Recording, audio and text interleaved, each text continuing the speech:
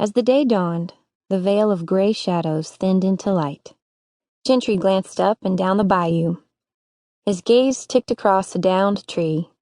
A white ibis stretched its graceful neck out of the tall, dense sawgrass. A narrow path of beaten-down foliage revealed where a gator had slid into or slithered out of the water. A few hundred yards to Gentry's left sat old Eva Savoie's cabin, its wood weathered and grayed from age and humidity and storms. She made a little money each year by leasing out her corner of the bayou to 1 or 2 hunters for gator season, and thinning out the gators kept her safer as well. Some said that the old Cajun woman was a voodoo priestess. Others that she was a witch. All agreed she chose to speak little distinguishable English, only the thick Cajun French patois that the old-timers here clung to with an almost religious fervor. Most could understand and speak English perfectly well. She had company this morning, though. The small boat tied up at the corner of her porch looked like something that got dragged in by the last hurricane. A muffled thump from the cabin sent an itch of unease up the back of Gentry's neck, and he scratched at it absent-mindedly as he focused his binoculars for a better look at that boat. It bobbed in the water, empty. Whoever was visiting old Eva hadn't planned to fish or hunt. No ice chest, no life jacket, not even an empty candy wrapper, judging by what he could see from across the bayou. Gentry didn't like it. His gut didn't like it.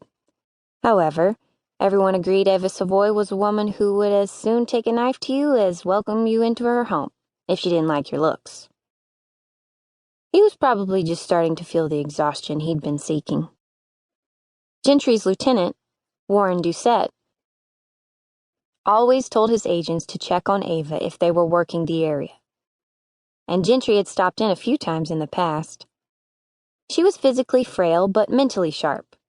She'd won him over when she said she remembered his daddy as un bon garças, a fine game warden. Even though it had been 2 decades since Agent Hank Broussard had died of a heart attack in their home in Dulac, 20 miles west of here. Hank's youngest son, Gentry, had just turned 12. He'd idolized his dad and didn't remember a day of his life when he hadn't wanted to be a wildlife agent. Gentry didn't believe in voodoo, and he didn't believe in witches. Crazy old Cajun women with knives and guns were another matter. None of the licensed local hunters, a wary lot regardless of their outlook on voodoo or witchcraft, underestimated the power of a pissed-off woman with a shotgun. Not a one of them would dare set a gator line within sight of Eva Savoie's front door without a license, much less steal someone else's gator.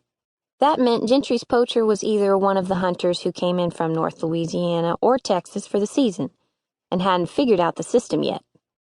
Or it was some greedy dumbass amateur. If the poacher hadn't shown up by 7, the licensed hunter would claim his gators, and Gentry could check on old Eva before finishing out his shift farther down the bayou. Or maybe not. He cocked his head as the faint buzz of an outboard motor echoed over the still water, then closed his eyes to focus on the sound. It was coming in fast from the west, off Bayou Terrebonne.